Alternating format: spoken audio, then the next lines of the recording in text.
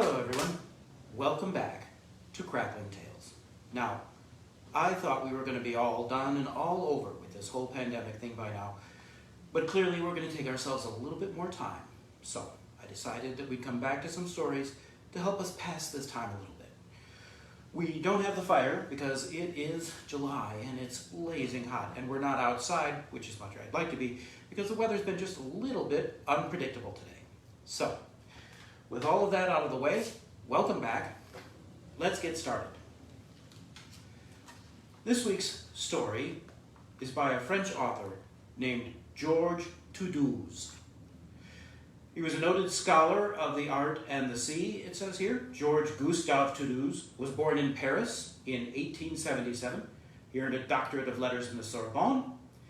He had a literary career that spanned more than 50 years. He produced at least 19 books about the sea. This story is one of them. 12 plays and 9 books about art and architecture. This story tonight is unforgettable, and it is his only story to have ever appeared in English. It was published in Esquire magazine in January 1937. And the story is called Three Skeleton Key. Three Skeleton Key by Georges Toudousz. My most terrifying experience? Well, one does have a few in 35 years of service in the lights, although it's mostly monotonous routine work, keeping the light in order, making out the reports. When I was a young man, not very long in the service, there was an opening in a lighthouse newly built off the coast of Guyana, on a small rock 20 miles or so from the mainland. The pay was high, so in order to reach the sum that I wanted to save in order to marry, I volunteered for service in the new light. Three Skeleton Key, the small rock on which the light stood, bore a bad reputation. It earned its name from the story of 3 convicts who, escaping from Cayenne in a stolen dugout canoe, were wrecked on the rock during the night. They managed to escape the sea, but eventually died of hunger and thirst. When they were discovered, nothing remained but 3 heaps of bones, picked clean by the birds. The story was that the 3 skeletons, gleaming with phosphorescent light, danced over the small rock at night, screaming. But there are many such stories, and I did not give the warnings of the old-timers a second thought. I signed up, boarded ship, and in a month I was installed at the light. Picture a gray, tapering cylinder, welded to the solid black rock by iron rods and concrete, rising from a small island 20-odd miles from the land. It lay in the midst of the sea, this island, a small, bare piece of stone, about 150 feet long, perhaps 40 feet wide. Small, barely large enough for a man to walk about and stretch his legs at low tide. This is an advantage one doesn't find in all lights. However, some of them rise sheer from the waves with no room for one to move, save within the tower itself. Still, on our island, one must be careful, for the rocks were treacherously smooth. One misstep and down you would fall into the sea.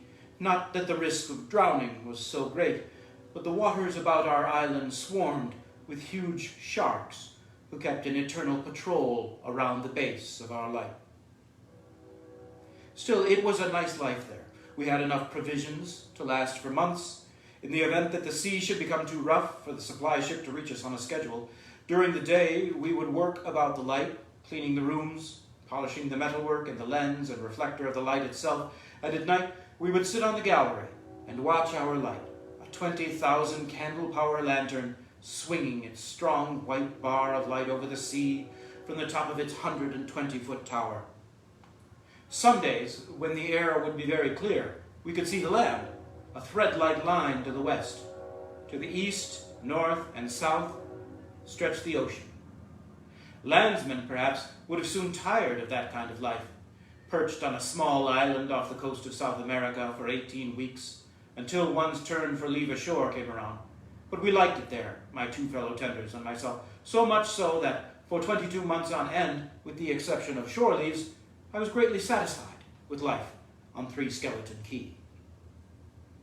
I had just returned from my leave at the end of June, that is to say midwinter in that latitude, and had settled down to the routine with my 2 fellow keepers, a Breton by the name of Legleo, and the head keeper, Ichoa, a Basque some dozen years or so older than either of us.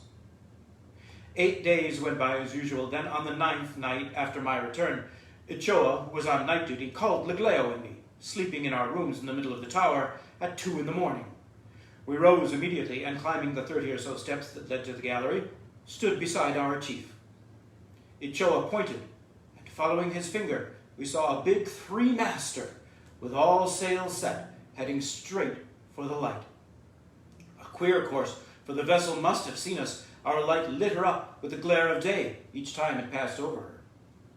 Now, ships were a rare sight in our waters, for our light was a warning of treacherous reefs, barely hidden under the surface and running far out to sea. Consequently, we were always given a wide berth, especially by sailing vessels, which cannot maneuver as readily as steamers. No wonder that we were surprised at seeing this 3-master heading dead for us in the gloom of early morning. I had immediately recognized her lines, for she stood up plainly, even in the distance of a mile, when our light shone on her. She was a beautiful ship, some 4,000 tons, a fast sailer that had carried cargoes to every part of the world, plowing the seas unceasingly. By her lines, she was identified as Dutch-built, which was understandable, as Paramaribo and Dutch Guiana are very close to Cayenne. Watching her sailing dead for us, a white wave boiling under her bow, Legleo cried out, "What's wrong with her crew? Are they drunk or insane? Can't they see us?" Ichoa nodded soberly, looked at us sharply as he remarked, "See us? No doubt.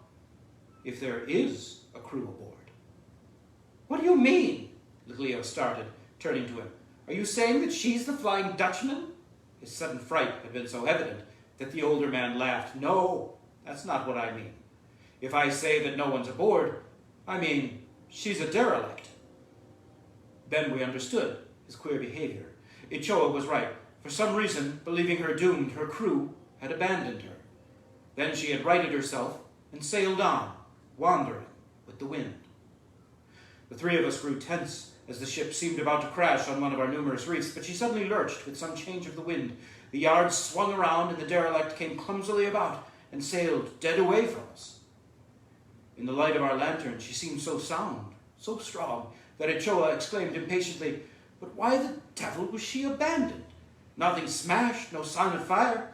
She doesn't sail as if she was taking water." Legleo waved to the departing ship. "Bon voyage!" He smiled at Ichoa and went on, "She's leaving us, and now we'll never know what—" "No, she's not," cried the Basque. "Look, she's turning." As if obeying his words, the derelict 3-master stopped, came about, and headed for us once more. And for the next 4 hours, the vessel played around us, zigzagging, coming about, stopping, then suddenly lurching forward. No doubt some freak of current and wind, of which our island was the center, kept her near us. Then suddenly, the tropic dawn broke, the sun rose, and it was day, and the ship was plainly visible as she sailed past us. Our light extinguished, we returned to the gallery with our glasses and inspected her. The 3 of us focused our glasses all at once and saw standing out sharply black letters on the white background of a life ring, the stenciled name, Cornelius de Witt, Rotterdam. We had read her lines correctly. She was Dutch. Just then the wind rose, and the Cornelius de Witt changed course, leaned to port, and headed straight for us once more. But this time she was so close that we knew she would not turn in time. There was nothing we could do but watch. A ship sailing with all sails spread, creaming the sea with her forefoot as she runs before the wind, is one of the most beautiful sights in the world. But this time I could feel tears stinging my eyes as I saw this fine ship headed for her doom. All this time our glasses were riveted on her, and we suddenly cried out together, "The rats!" Now we knew why this ship, in perfect condition, was sailing without her crew aboard. They had been driven out by the rats. Not those poor specimens of rats you see ashore, barely reaching the length of a foot from their trembling nose to the tip of their skinny tail, wretched creatures that dodge and hide. No, these were ship's rats, huge, wise creatures, born on the sea, sailing all over the world on ships, transferring to other ships as they multiply. The rats of the sea are fierce, bold animals, large, strong, and intelligent, clannish and sea-wise, able to put the best mariners to shame with their knowledge of the sea, their uncanny ability to foretell the weather. And they are brave, these rats, and vengeful. If you so much as harm one, his sharp cry will bring hordes of his fellows to swarm over you, tear you, and not cease until your flesh has been stripped from your bones. The ones on this ship, the rats of Holland, are the worst, superior to the other rats of the sea as their brethren are to the land rats. There's a well-known tale about these animals. A Dutch captain, thinking to protect his cargo, brought aboard his ship not cats, but 2 terriers, dogs, fierce, trained in the hunting, fighting, and killing of rats. By the time the ship, sailing from Rotterdam, had passed the Ostend Light, the dogs were gone and never seen again.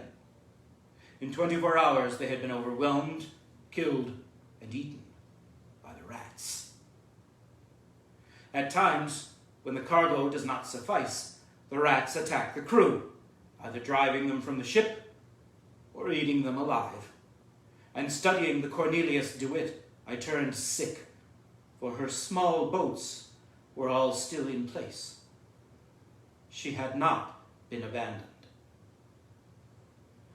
Over her bridge, on her deck, in the rigging, on every visible spot, the ship was a writhing mass, a starving army coming toward us aboard a vessel gone mad.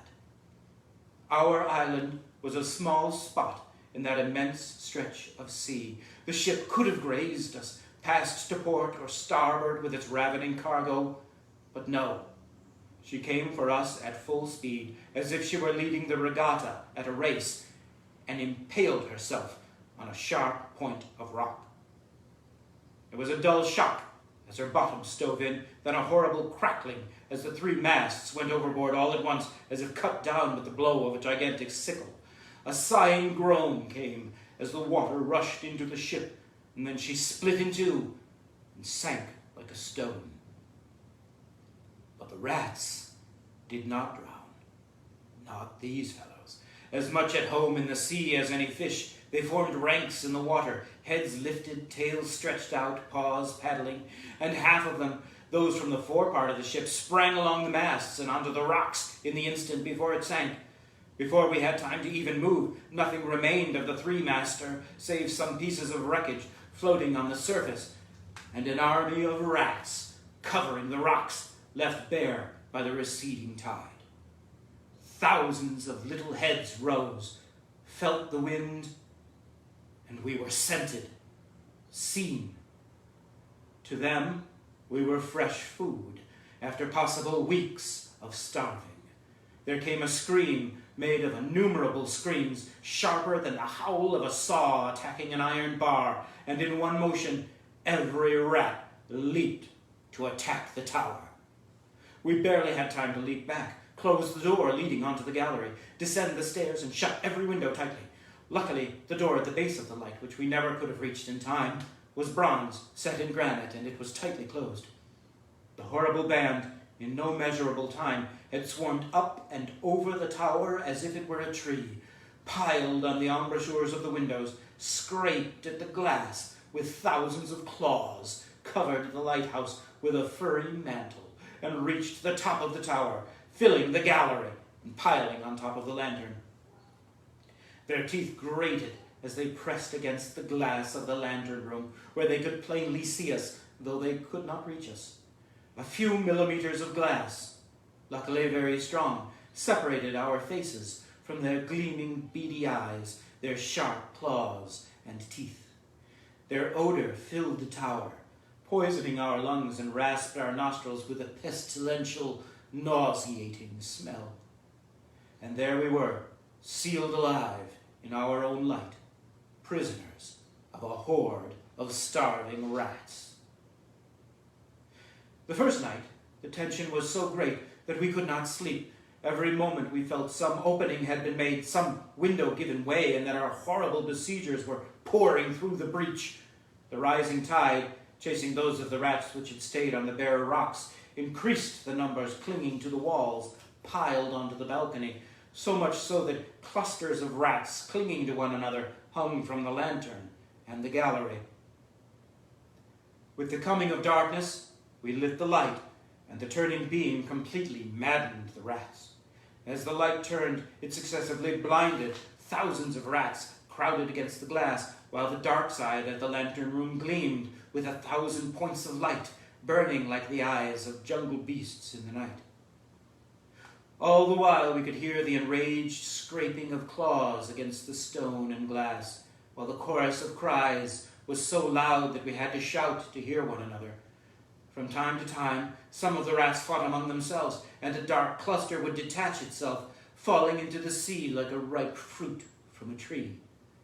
Then we would see phosphorescent streaks as triangular fins slashed the water, sharks, permanent guardians of our rock, feasting now on our jailers.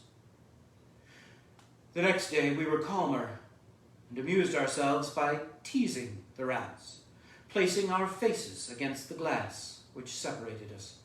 They could not fathom the invisible barrier which separated them from us, and we laughed as we watched them leaping against the heavy glass. But the day after that, we realized how serious our position was. The air was foul. Even the heavy smell of oil within our stronghold could not dominate the fetid odor of the beasts massed around us, and there was no way of admitting fresh air without also admitting the rats. The morning of the fourth day, at early dawn, I saw the wooden framework of my window eaten away from the outside, sagging inward. I called my comrades, and the three of us fastened a sheet of tin in the opening, sealing it tightly. When we had completed the task, Ichoa turned to us and said dully, "Well, the supply boat came 13 days ago. She won't be back for 29 more. He pointed at the white metal plate sealing the opening through the granite. "If that gives way," he shrugged, "they can change the name of this place to Six Skeletons Key." The next 6 days and 7 nights, our only distraction was watching the rats, whose holds were insecure, fall 120 feet into the maws of the sharks. But they were so many that we could not see any diminution in their numbers. But the thought of our bones joining those of the convicts was always in the back of our minds, and the gloom of our prison fed those thoughts, for the interior of the light was almost completely dark. We had to seal every window in the same fashion as mine, and the only space that still admitted daylight was the glassed-in lantern room at the very top of the tower. It was a living nightmare. The raging cries of the rats as they swarmed over the light, mad with hunger, the sickening, strangling odor of their bodies. True, there is a way of signaling from lighthouses, but to reach the mast on which to hang the signal, we would have to go out to the gallery, where the rats are. There was only one thing left to do. After debating all of the 9th day, we decided not to light the lantern that night. This is the greatest breach of our service, never committed as long as the tenders of the light are alive, for the light is something sacred, warning ships of danger in the night. Either the light gleams a quarter of an hour after sundown, or no one alive is left to light it. Well, that night, 3 skeleton light was dark, and all the men were alive. At the risk of causing ships to crash on our reefs, we left it unlit, but we were worn out, going mad. At 2 a.m, while Ichoa was dozing in his room, the sheet metal ceiling on his window gave way. The chief had just enough time to leap to his feet and cry for help, the rats swarming over him. But Legleo and I, who had been watching from the lantern room, got to him immediately, and the 3 of us battled with the horde of maddened rats, which flowed through the gaping window. They bit. We struck them down with our knives and retreated. We locked the door of the room on them, but before we had time to bind our wounds, the door was gnawed through and gave way, and we retreated up the stairs, fighting off the rats that leaped on us from the knee-deep swarm. I do not remember to this day how we ever managed to escape. All I can remember is wading through them up the stairs, striking them off as they swarmed over us, and then we found ourselves bleeding from innumerable bites, our clothing shredded, sprawled across the trapdoor and the floor of the lantern room, without food or drink. Luckily, the trapdoor was metal, set into the granite with iron bolts. The rats now occupied the entire light beneath us, and on the floor of our retreat lay some 20 of their fellows who had gotten in with us before the trapdoor closed and whom we had killed with our knives. Below us in the tower we could hear the screams of the rats as they devoured everything they found. Those on the outside squealed in reply and writhed in a horrible curtain as they stared at us through the glass of the lantern room. Ochoa sat up, stared silently at his blood trickling from the wounds on his body and running in thin streams onto the floor around him. Legleo, who was in as bad a state, and so was I for that matter, stared at the chief and me vacantly, started as his gaze swung to the multitude of rats against the glass, and then suddenly began laughing horribly.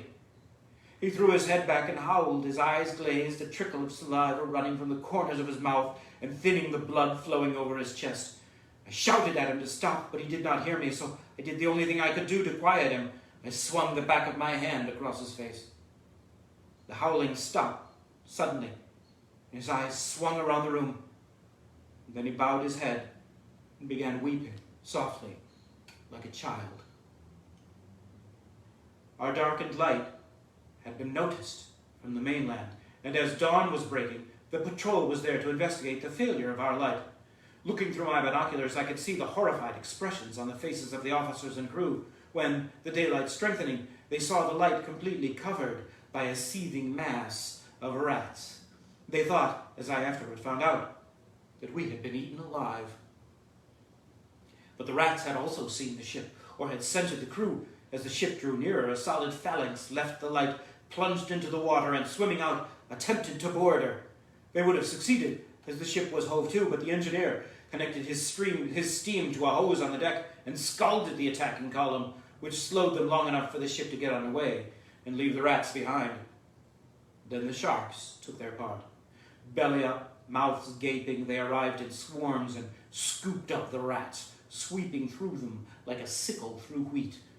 That was one day the sharks really served a useful purpose. The remaining rats swam to shore and emerged, dripping. As they neared the light, their comrades greeted them with shrill cries. It sounded like a derisive note predominating. They answered angrily, and mingled with their fellows. From the several tussles that broke out, I think they resented being ridiculed for their failure to capture the ship. But all this did nothing to get us out of our jail. The small ship could not approach, but it steamed around the light at a safe distance, and the tower must have seemed fantastic, some weird beast hurling defiance at them. Finally, seeing the rats running in and out of the tower through the door and the windows, those on the ship decided that we had perished and were about to leave when Ochoa, regaining his senses, thought of using the light as a signal. He lit it, and using a plank placed and withdrawn before the beam to form the dots and dashes, quickly sent our story to those on the vessel. The reply came quickly. When they understood our position, how we could not get rid of the rats, Legleo's mind going fast, Ochoa and myself covered with bites, cornered in the lantern room without food or water, the signalman sent us their reply. His arms swung like a windmill, and he quickly spelled out, "Don't give up. Hang on a little longer, we'll get you." Then the ship turned and steamed at top speed for the coast, leaving us behind, little reassured. After a short nightfall came, and it was as if nothing had been done. The rats were still in possession. We had to spend another night in our prison. Legleo was sitting on the floor, babbling about skeletons, and as I turned to Ochoa, he fell unconscious from his wounds. I was in no better shape, and I could feel my blood flaming with fever. Somehow, the night dragged by, and by the next afternoon I saw a tug, accompanied by the fireboat, coming from the mainland with a huge barge in tow. Through my glasses, I saw that the barge was filled with meat. Risking the treacherous reefs, the tug dragged the barge as close to the island as possible. To the last rat, our besiegers deserted our rock. They swam out and boarded the barge, reeking with the scent of freshly cut meat. The tug dragged the barge about a mile from shore, where the fireboat drenched the barge with gasoline. A well-placed incendiary shell from the patrol boat set it on fire. The barge was covered with flames immediately, and the rats took to the water in swarms, but the patrol boat bombarded them with shrapnel from a safe distance, and the sharks finished off the rest. A whaleboat from the patrol boat took us off the island and left 3 men to replace us. By nightfall, we were in the hospital in Cayenne. What became of us? Well, Legleo's mind had cracked, and he was raving mad. They sent him back to France and locked him up in an asylum, the poor devil. Ichoa died within a week. A rat's bite is dangerous in that hot, humid climate. Infection sets in rapidly. As for me, they fumigated the light and repaired the damage done by the rats. I resumed my service there. Why not? No reason why such an incident should keep me from finishing out my service there, is there? Besides, I told you, I liked the place. To be truthful, I've never had a post as pleasant as that one, and when my time comes to leave it forever, I tell you that I almost wept as 3 Skeleton Key disappeared below the horizon. And that's the end of our story. Make sure you stick around. We'll post another story soon, probably every other week. I look forward to having you join us. Thanks for listening. Take care of each other. Take care of yourselves. Have a good night.